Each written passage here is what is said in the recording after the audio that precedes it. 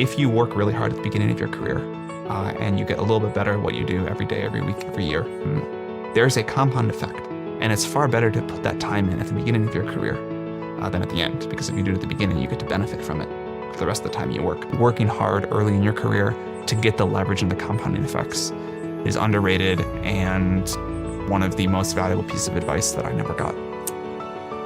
The beginning of your career, I think, in terms of setting the trajectory that the rest of your career follows, is the most valuable time. And so obviously you don't want to work all the time, but I do think you want to look for the intersection of what you're good at, what you enjoy, and where you can create value for the world.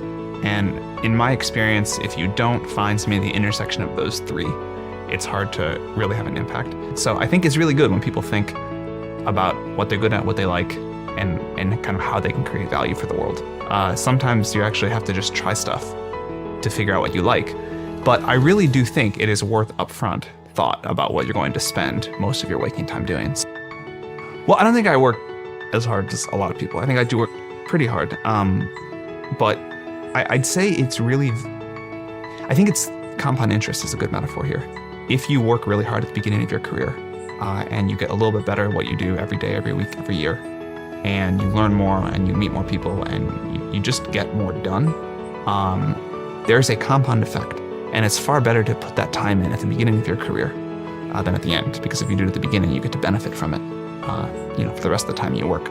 So another thing that I have learned is that whenever I've helped people for no immediate benefit and with no intention of ever getting a benefit at all, time and again in my career, it has really later benefited me a lot.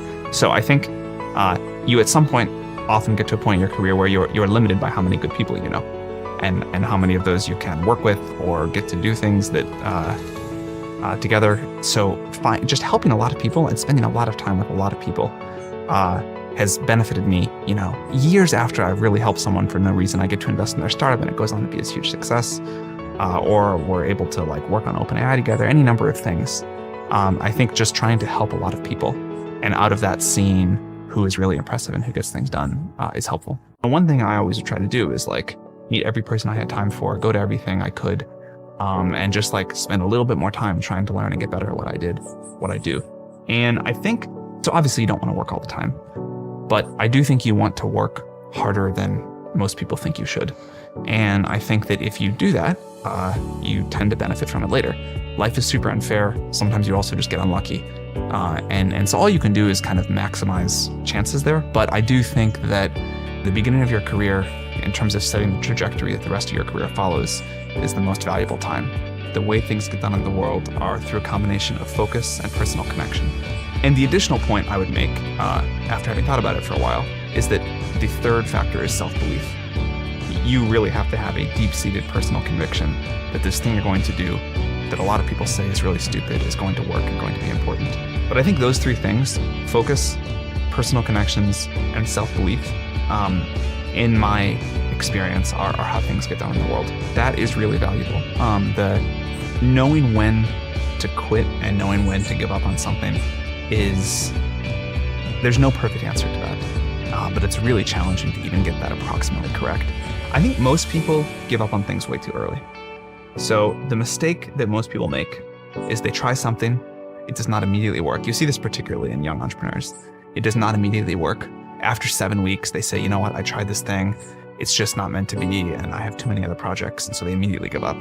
And you kind of, the satirical version of this is people that are 23 and have started 14 startups because they give up on everyone before it could ever possibly be successful. These things are really hard. They take a very long time. There are a lot of critics. There are a lot of people who say this thing sucks. It's going to fail. It's really stupid. Most of the founders that I have spent a lot of time with that have gone on to be super successful spent a very long time on their idea when a lot of other people would have given up. And either people said it sucks or people said nothing at all. A framework that I have for when to give up and when to keep working is it should be an internal, not an external decision.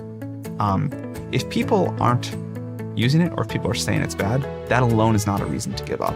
You want to pay some attention to that. They might be right. But I think the best entrepreneurs I know, they make an internal decision about when to give up or when to keep working on something. It's basically when you have run out of ideas and something is not working, then it's a good time to stop. Yeah, I think if you don't actually believe what you're doing is really important, if you don't derive satisfaction from what you're doing, then you will not be able to sustain all of the bad things that happen in an incredibly long period of time.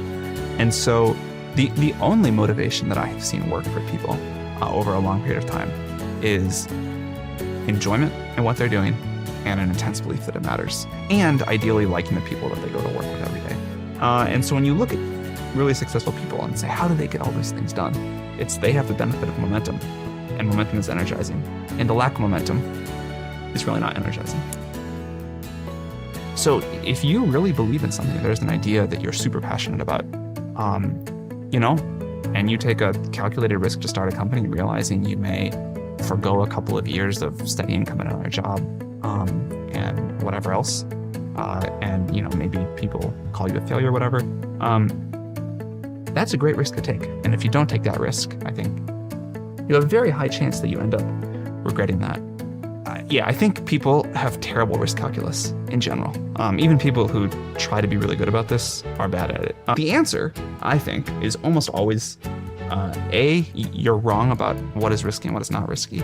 And B, most people don't take enough risk, especially early in your career. Being young and unknown and poor, that is actually a great gift in terms of the amount of risk you can take.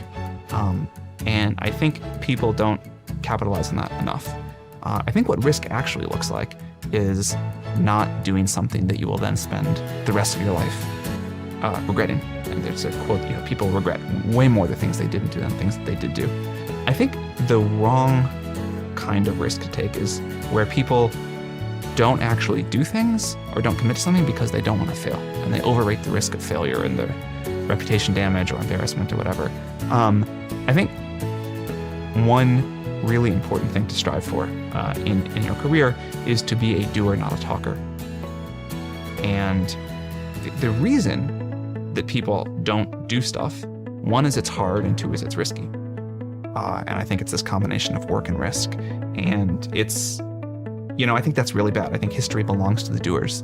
And I think you should take a risk, actually do something. Don't just sit around and talk and organize and bring together groups and go to thought leadership conferences and whatever it is these people spend their time on other than actually building something. And just take the risk of committing to what This was one of the other things I learned that I wish I had gotten advice on early in my career, is ask for what you want. You will get told no a lot, but sometimes it will work. People don't want to fail. They don't want to be told no. They don't want to end up in some crisis. And they're just not aggressive enough. And I think you being willing to ask for what you want and be somewhat aggressive are really important characteristics of being an entrepreneur.